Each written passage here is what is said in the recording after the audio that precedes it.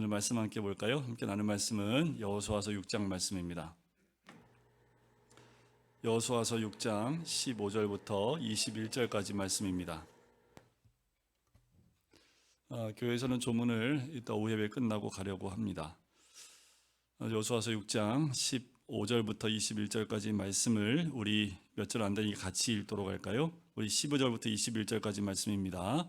일곱째 날 새벽에 그들이 일찍이 일어나서 전과 같은 방식으로 그 성을 7번 도니 그 성을 7번 돌기는 그날뿐이었더라. 7번째에 제사장들이 나팔을 불 때에 여호수아가 백성에게 이르되 외치라. 여호와께서 너희에게 이 성을 주셨느니라. 이 성과 그 가운데에 있는 모든 것은 여호와께 온전히 바치되 기생 라합과 그 집에 동거하는 자는 모두 살려주라. 이는 우리가 보낸 사자들을 그가 숨겨 주었음이니라. 너희는 온전히 바치고 그 바친 것 중에서 어떤 것이든지 취하여 너희가 이스라엘 진영으로 바치는 것이 되게 하여 고통을 당하게 되지 아니하도록 오직 너희는 그 바친 물건에 손대지 말라. 은금과 동철 기구들은 다 여호와께 구별될 것이니 그것을 여호와의 곳간에 드릴지니라 하니라. 이에 백성은 외치고 제사장들은 나팔을 불매 백성이 나팔 소리를 들을 때에 크게 소리질러 외치니 성벽이 무너져 내린지라. 백성이 각기 앞으로 나아가 그 성에 들어가서 그 성을 점령하고 그 성 안에 있는 모든 것을 온전히 바치되 남녀노소와 소와 양과 나귀를 칼날로 멸하니라. 아멘. 이번 한 주간 동안 여러분들 여리고성은 잘 돌고 오셨습니까? 여리고성이 우리에게 없지는 않지요. 높은 곳에 세워져 있고 점령할 수 없을 만큼 광대하고 높은 성입니다. 저마다 넘지 못하고 점령하지 못하는 여리고성들이 다 있기에 여리고성을 점령하기 위해서 오늘도 주님 앞에 나갑니다.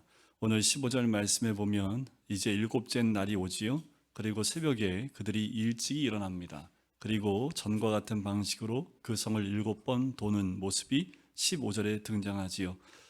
우리가 저번 주에 함께 나눴던 대로 여리고라는 그 성은 굉장히 언덕 높은 곳에 성벽을 높이 세워서 세워진 성입니다. 그 여리고성 앞에 두고 하나님께서 직접 사령관이 되어주셨지요. 백성을 지휘를 하고 계십니다. 무엇을 의미합니까? 하나님께 온전한 순종뿐만 아니라 구별된 가치관으로 주님께 온전히 나가야 됨을 의미하지요. 그리고 앞뒤에 이스라엘 백성 군사를 배치를 했습니다. 이것은 예배 공동체가 함께 가야 되는 것. 그 중앙에 뭐가 있었습니까? 법궤가 있지요. 그 법궤는 말씀을 의미합니다. 이렇게 제사장들을 배치해서 나갈 때 법궤 앞에 있었던 것이 무엇입니까? 나팔이었습니다. 제사장들을 통해서 7 나팔을 불게 했다라는 거지요. 군인이 아닙니다. 제사장이었다는 사실을 염두에 둬야 합니다. 그 말은 이 행진은 전쟁보다는 커다란 하나의 제사였음을 우리에게 보여주고 있는 모습이지요. 여기서 우리가 기억해야 될 중요한 내용은 이 7명의 제사장이 불었던 나팔의 의미였지요.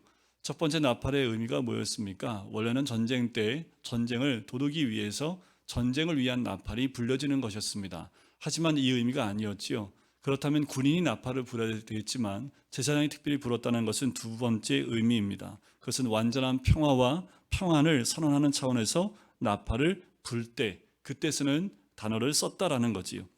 그런데 여리고성을 돌던 나팔수 7명이 불었던 그 소파르라는 것, 바로 하나님이 주시기로 약속한 땅임을 선포하며 하나님의 다스리는 땅, 하나님의 평화와 통치가 임하기 시작했다는 것을 선언적으로 선포하는 것이 이 나팔 소리였습니다. 자, 이제 7째 날이 되었지요. 특별히 여리고성을 점령하는데 가장 중요한 모습이 오늘 15절에 등장합니다. 15절을 보면 어떻게 여리고성이 무너졌는지 그것 가운데 가장 우리가 따라야 될 본이 되는 이스라엘 백성의 모습이 나와요. 그 15절에 보면 앞부분에 나옵니다. 그들이 어떤 방식으로요? 새로운 방식으로 했을까요? 오늘은 7째 날이니까 좀 특별한 것으로 했을까요? 그렇지 않습니다. 이스라엘 백성은 전과 같은 방식으로 그렇게 성을 돌았다라는 거지요. 특별한 거 없습니다. 이들이 성을 무너뜨리기 위해서 했던 것은 다른 게 아니라는 거예요. 평범함 속에 있습니다. 다른 방법이 없습니다. 여리고성이 무너지는 승리, 바로 우리 삶의 모든 승리는 여호와 언약궤 앞에서 전과 같은 방식으로 7번 돌 때에 이루어집니다. 주님 앞에 가는 그날까지 우리는 똑같은 마음으로 살라는 메시지이기도 합니다. 언제나 전과 같은 방식으로 살면 돼요. 성경도 반복돼서 똑같은 이야기가 나오는 이유가 여기에 있습니다. 아침에 일찍 일어나 여전한 방식으로 순종하면 7번째 날이 온다라는 거예요. 우리가 새롭게 매일매일 다른 방법이 아니라 우리가 매일 그렇게 여전한 방식으로 주님께 나가는 거지요. 전과 동일한 방식으로 주님께 나가는 거예요. 그런데 사건이 해결되기만 바라기만 하고 전과 같은 방식으로 예배를 안 드린다면요. 그리고 생활 예배도 안 드리고 주일 예배도 안 드리고 주중 예배도 안 드리면서 날마다 내 사건만 바뀌기를 바라고 있다면 여리고가 무너지겠습니까?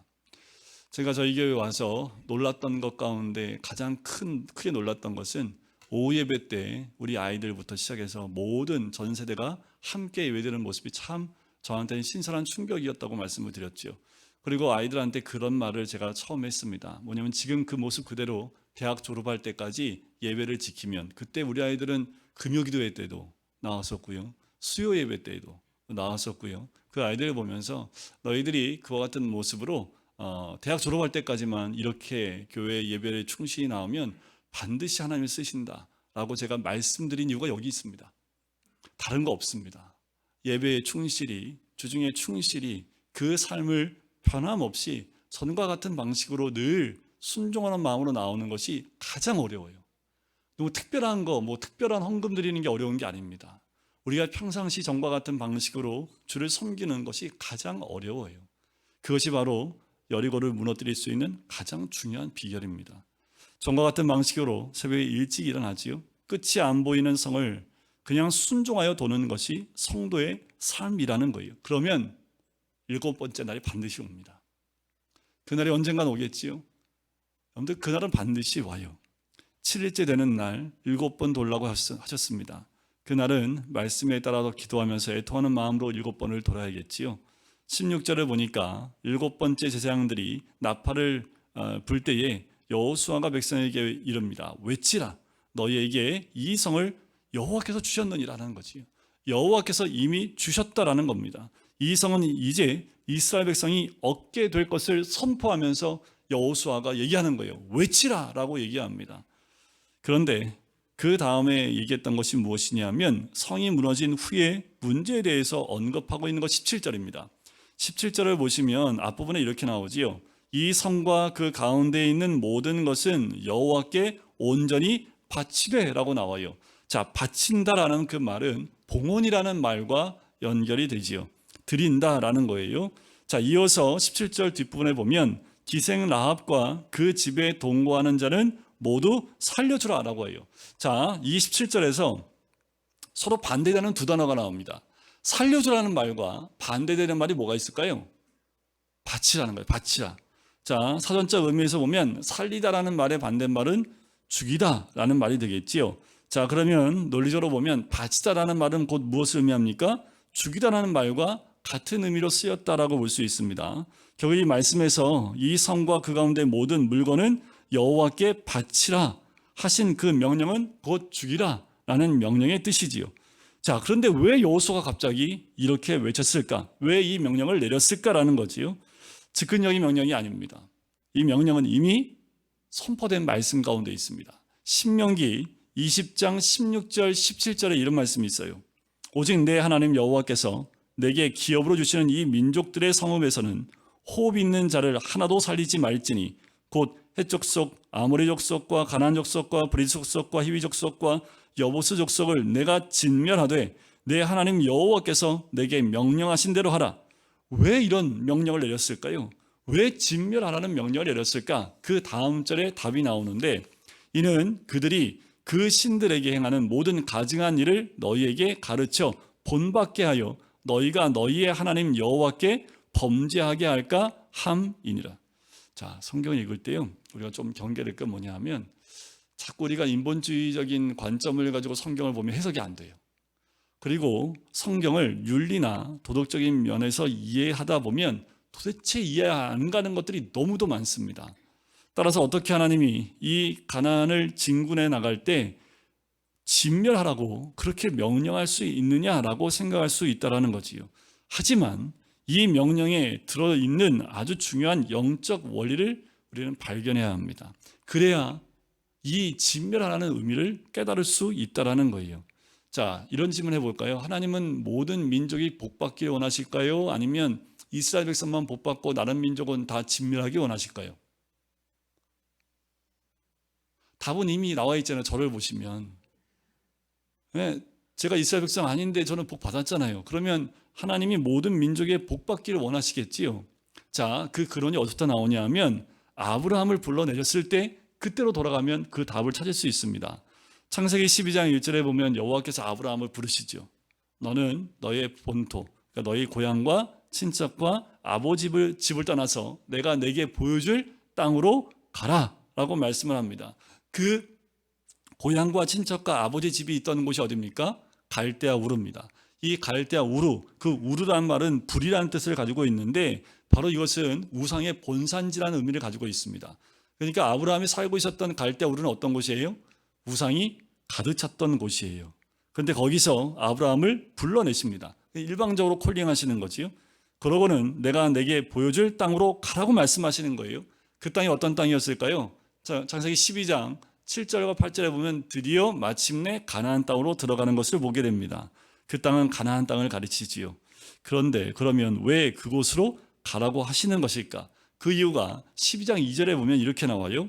내가 너로 큰 민족을 이루고 내게 복을 주어 내 이름을 창대하게 하리니 너는 복이 될지라. 이 말씀은 아브라함에게만 국한되어 있는 말씀이 아니라 이 땅을 살고 있는 우리 모두에게 주시는 말씀인 줄 믿습니다. 믿음으로 이 말씀을 받을 때 아브라함이 복이 된 것처럼 우리 모두도 복이 되는 거지요. 자, 그렇다면 이 복이 뭘까라는 거예요. 자, 원래 한글, 개역 한글에 보면 이것을 복의 근원으로 얘기합니다. 복의 근원. 자, 이 복의 근원이라는 말은 복을 받아서 창고에 가득 채우고 나 혼자 먹고 마시며 누린다는 개념이 아닙니다. 자, 이제 내가 복이 됐어요. 그러니까 우리가 뭘 기대합니까? 채워주시는 역사, 누리는 역사.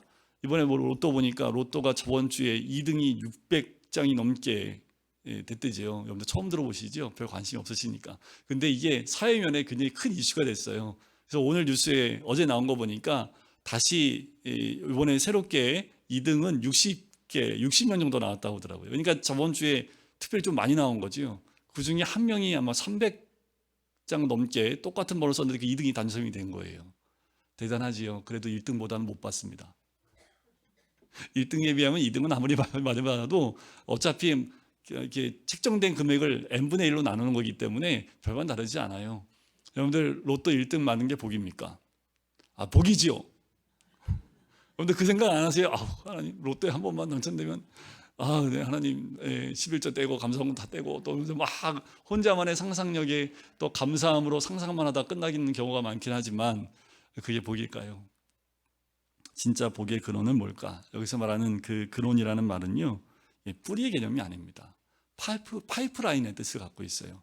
뭐냐 하면 아브라함은요, 복이 된다는 건 뭐냐 하면 그 자체가 복이 아니라 복 대신 하나님을 통해서 그 복이 흘러가는 통로의 역할을 하는 것이 아브라함입니다.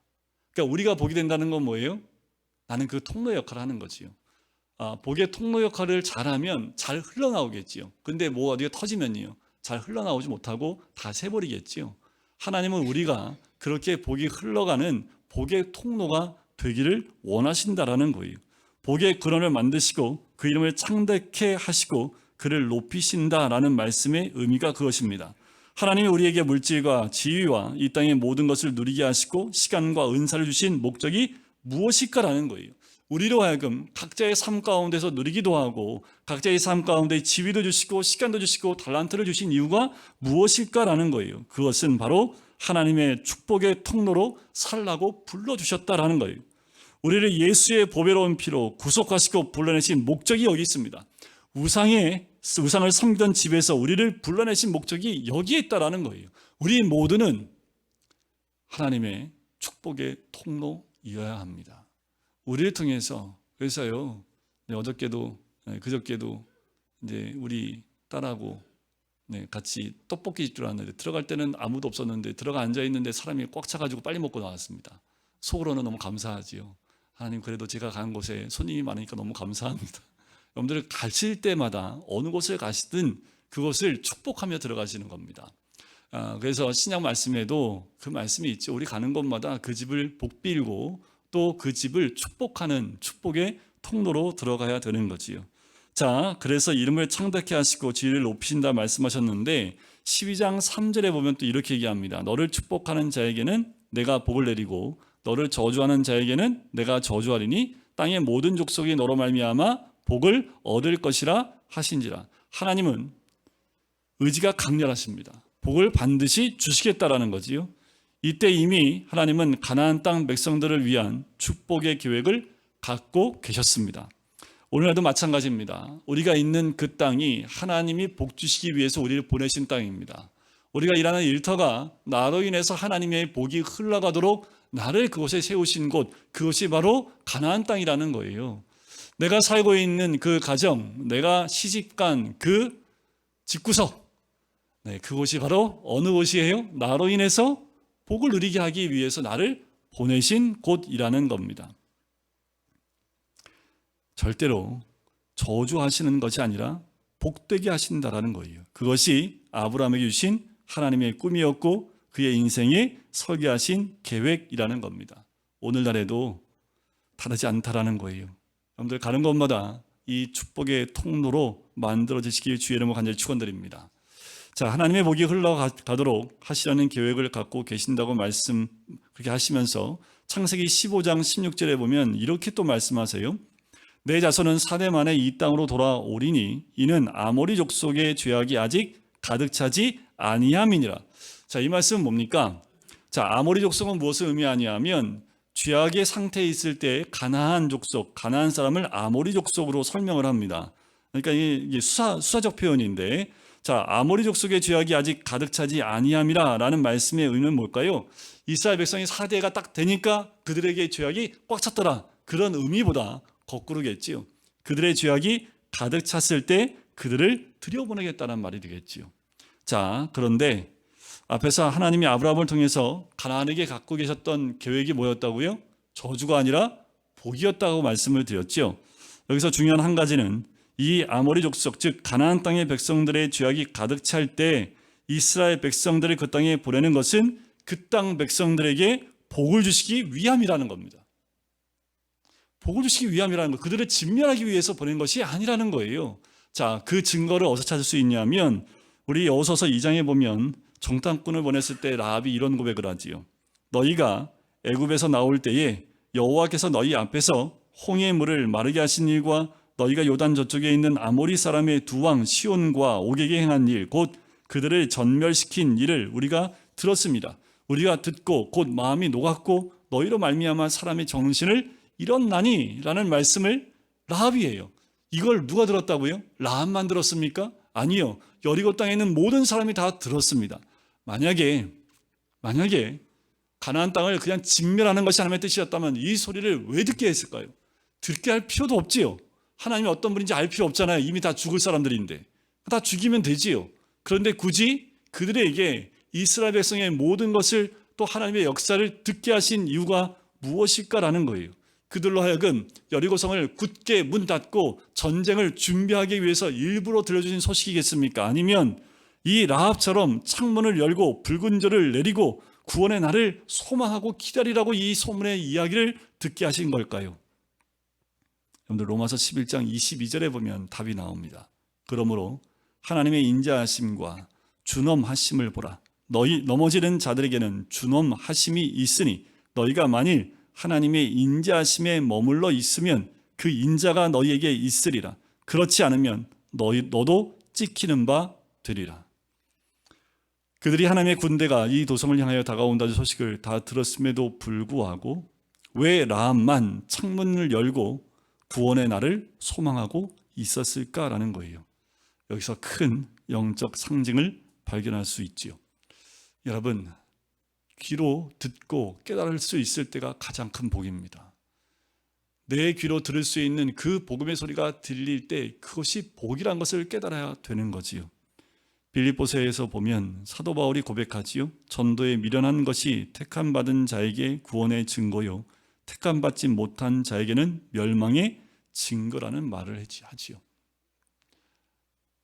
고린도 후서 2장에 보면 그리스도를 아는 그 향기는 믿고 구원받은 자에게는 그리스도의 향기가 되지만 그렇지 않은 자에게는 진멸의 향기가 된다는 말씀이 있습니다. 똑같은 내용을 전하는데 어떤 사람은 듣지 않고 밀어내지요. 어떤 사람은 왜 이제야 그 소식을 내게 전해주냐고 그 소식을 라합과 같이 받아들이는 사람이 있는 거지요. 하나님은 그 복을, 그 소식을 먼저 전하기 원하고 그들이 돌이키길 원하고 그들 모두가 그 복을 누리기를 원하신다라는 겁니다. 따라서 지금 이스라엘 백성들이 가나안 땅으로 진격하는 것 자체는 땅을 저주하고 진멸하기 위한 것이 아니라 원래 근본적인 것은 그 땅을 살리기 위한 겁니다. 하지만 그것을 대적하는 자에게는 심판이 될 수밖에 없지요. 앞에서 언급했듯이 바친다라는 말은 뭐예요? 죽인다라는 뜻이 있습니다. 이 죽인다라는 의미에 또 다른 하나님의 놀라운 계획이 담겨져 있습니다. 자, 여호수아서는 이런 의미에서 영적으로 좀 해석할 필요가 있는데요. 자, 레위기 27장 28절에 보면 이 바친다라는 의미가 무엇인지 정확하게 기록되어 있습니다. 레위기 27장 28절에 보면 오직 여호와께 온전히 바친 모든 것은 사람이든지 가축이든지 기업에 바치든지 팔지도 못하고 무르지도 못하나니 바친 것은 다 여호와께 지극히 거룩함이며 바친 것, 즉 죽인 것은 다 여호와께 지극히 거룩하다 성경은 이야기합니다. 그런데 성도는 무슨 뜻입니까? 성도라는 그 말 안에는 거룩한 물이라는 뜻을 갖고 있지요. 그게 바로 교회 아닙니까? 자, 그럼 우리는 어떻게 거룩하게 됐습니까? 원래 날 때부터 거룩했던가요? 원래 태생이 거룩함이 이게 묻어나는 사람들이어서 우리가 거룩해요? 왜 우리는 거룩합니까? 우리가 거룩해진 이유가 뭐예요? 세상 사람들과 다른 게 뭐가 있어요? 지금 교회 안에 있으니까 우리가 거룩한 겁니까? 우리가 왜 거룩해요? 예수 그리스도의 죽음이 우리 가운데 있기 때문입니다. 예수 그리스도의 십자가 위에 그 죄를 위해 죽으신 그 죽음 앞에 우리도 함께 죽었기 때문에 우리가 거룩한 자로 하나님 앞에 들린 바 되어졌다라는 거지요. 그와 마찬가지입니다.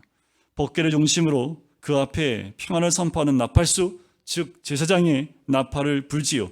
이 법궤 위에 속죄소에 쏟아져 부어진 어린 양의 피로 이 도성은 이미 함락되어진 거지요. 그래서 나팔을 부는 거예요.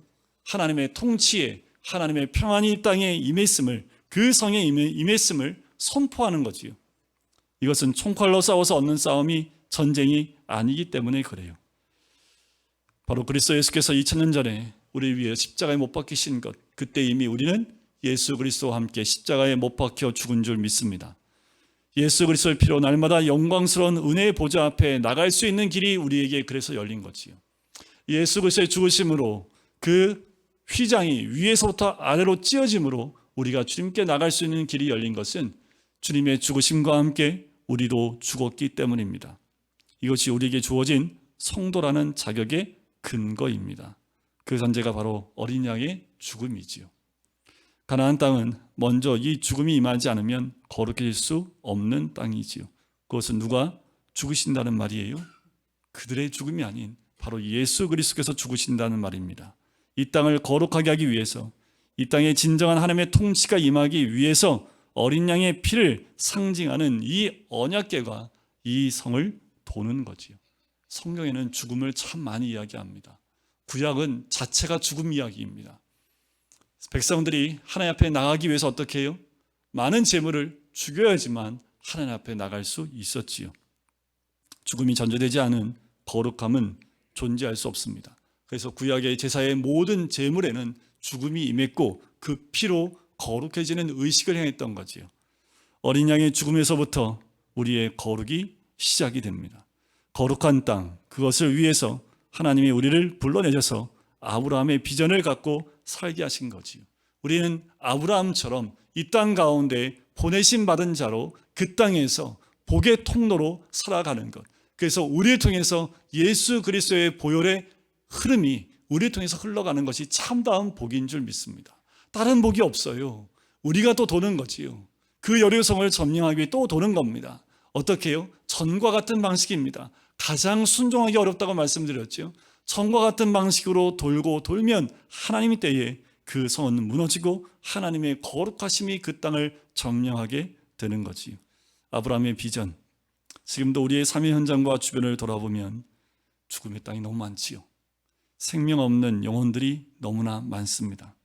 하나님이 이 시대, 이 자리에 우리를 보내신 것은 우리를 통해 생명의 복음이 증거되고 전파되어 하나님의 통치가 임하게 하시기 위해서입니다. 여러분, 가는 곳마다 하나님의 통치가 이루어져야 합니다. 여러분들이 있는 그곳에 하나님의 영광이 드러나야 합니다. 그것은 예수 그리스도 어린 양의 보혈만이 그 통치를 이뤄낼 수 있는 거예요. 이제 그 꿈과 비전을 가지고 우리가 가서 이 여리고성, 여러분들 그거 아십니까? 여리고성이 무너지는 건 딱 20절 한 절 나옵니다. 그런데 우리 굉장히 얘기 많이 했죠. 제가 2장부터 여리고성을 정탐도 보내고 여리고성을 가기 위해서 할례도 행하고 하나님 보내신 군대 장관도 만나고 굉장히 많은 것들을 준비했는데 실제로 여리고성 무너지는 장면은요, 몇 절 없으면 딱 한 절, 오늘 본문에 나오는 20절 한 절에 딱 기록되어 있습니다. 그러면 뭐가 중요한 거예요? 여리고성이 무너지는 게 중요합니까? 여리고성이 무너지기까지 어떠한 과정들이 있는 것을 우리에게 보여주길 원하시는 겁니까? 근데 우리에게 하나님 원하시는 것은 무너지는 건 이미 결정되어 있는 거예요. 그건 한 절로 끝납니다. 그러기 위해 우리가 어떠한 믿음의 모습으로 그 여리고성을 대해야 될지에 대한 그 모든 것들을 이 말씀에서 우리에게 알려주고 있는 거지요. 여러분들 이번 한 주간 동안에도 황폐한 땅, 영혼의 불모지에 예수의 생명을 가지고 그 능력으로 회복되어 하나님의 축복을 흘려보내는 것, 그래서 그 성이 무너진다 할지라도 그 성 안에 진정한 하나님의 복이 흘러가는 거룩한 땅이 되는 것, 여러분들 가는 곳마다 다 무너져야 합니다. 우리가 가는 곳마다 캠퍼스가 무너지고, 이 무너진다는 걸 잘 들으셔야 돼요. 가정이, 그 여리고성처럼 강건했던 그 가정이 무너지고 하나님의 복이 흘러넘치는 거룩해지는 가정, 우리 직장, 또 나를 만난 모든 사람들이 그 복을 누릴 수 있게 하는 것, 그것이 하나님이 우리를 통해서 이루실, 그리고 역사하실 은혜인 줄 믿습니다. 이번 한 주간도 전과 같은 방식으로 여전히 도십시오. 7번째 날은 반드시 옵니다. 그날이 언제 올지 몰라. 여러분들 방황하는 것이 아니라 주님이 허락하신 그 날은 반드시 오기에 우리가 오늘도 더 열심히 전과 같은 방식으로 돌 때에 주님이 허락하신 놀라운 은혜가 우리를 통해서 그 계획하시고 또 보여주신 그 땅 가운데 흘러 넘치게 될 줄 믿습니다.